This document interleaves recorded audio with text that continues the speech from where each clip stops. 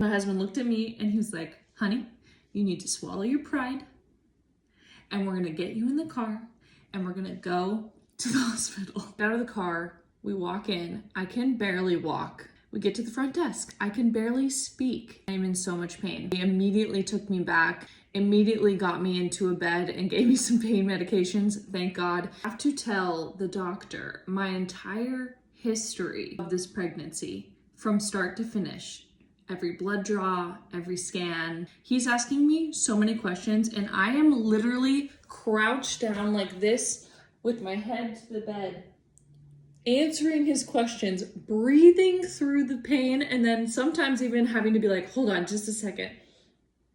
Okay, and then pick back up where I was talking. I was in that much pain. And he's asking me question after question after question, which I totally understand. That's their job to do. Give me a pregnancy test, confirm I'm pregnant, get me in for an ultrasound to see what the heck is going on. Because either way, if I'm pregnant and I'm in this much pain, something is wrong. About an hour later, I get taken back for an ultrasound. We spend like 20 minutes trying to find this thing. The reason we could never find it at my last fertility specialist was it was not in a regular place where an ectopic is usually seen. It was so low in my tube that it was basically on my ovary. Once we did eventually find it, the baby was about 2 centimeters, but the fallopian tube is only about a 0.5 centimeter to 1 centimeter wide. So I had a 2 centimeter baby sitting inside a 0.5 centimeter tube. Coming back to my room, the doctor comes in to speak with me and he says that there is some fluid that they found by my ovaries as well as the baby, which is in my tube. He tells me that I need to get surgery as soon as possible to remove it and take me to pre-op for my surgery. The surgeon comes in and explains to me that she's gonna do my best to let me keep my ovary, but my tube, that's gone. About 5 minutes later, I get put under and I go into surgery. I wake up, thank God, I got to keep my right ovary. I only had to remove my tube. My tube had fully burst.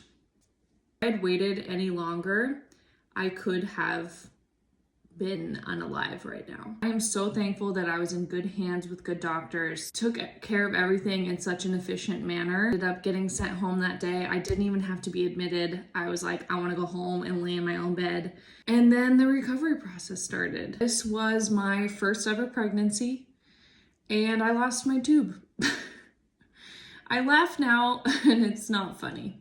It's not. I think I laugh when I'm uncomfortable. I think the only thing that has really helped in this whole situation is that I never grew attached to being pregnant because truly since the very beginning, it's been a roller coaster of if it's even viable or not. It's still a loss. It's still devastating. Better days are ahead.